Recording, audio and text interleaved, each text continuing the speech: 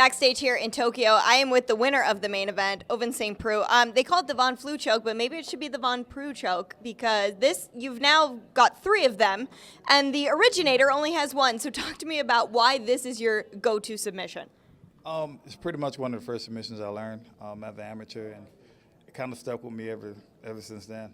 It's crazy. A lot of people think it's a move you shouldn't get caught in, but to be honest, if somebody has me in a arm in guillotine and I'm not an arm in just a regular guillotine, and I'm in that person's guard, I can finish it from there too. So you can finish it from pretty much anywhere. Well, you've certainly proved that. I spoke with Yushin Okami just a few minutes ago, and he said his game plan was to wrestle you until you got tired.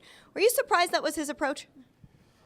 I'm surprised, but he should be surprised. Like my wrestling's pretty good now. Like he shot in, he shocked me when he shot in. But other than that, like I was like, me on top of him is probably the worst thing ever. Well, you certainly proved that to him when he had to be woken up there on the canvas.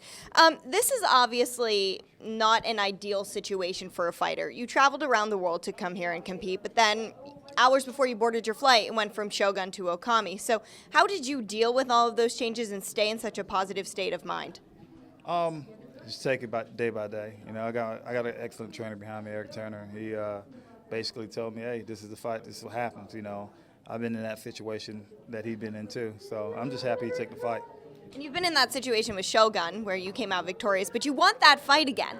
Definitely. I put in a lot of gym time and just training aspect into this fight, and just to fight Shogun, I'm sure he wants to fight too. He got to want to fight because he's never been done like that in the first round before, so I know he wants to fight.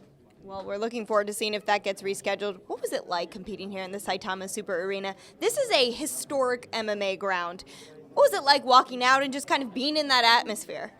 Definitely fulfilling.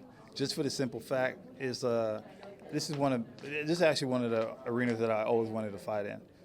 Just from the back in the days, when I used to watch a whole bunch of Pride fights and all the guys coming through there, and everybody talks about Japan, the fans and stuff, ridiculous. So this is definitely one of the top places I wanted to fight, and I got to fight here tonight, which is really good. Yeah, and have a gigantic win as well. Well, congratulations, OSP. We appreciate you taking the time to talk to us.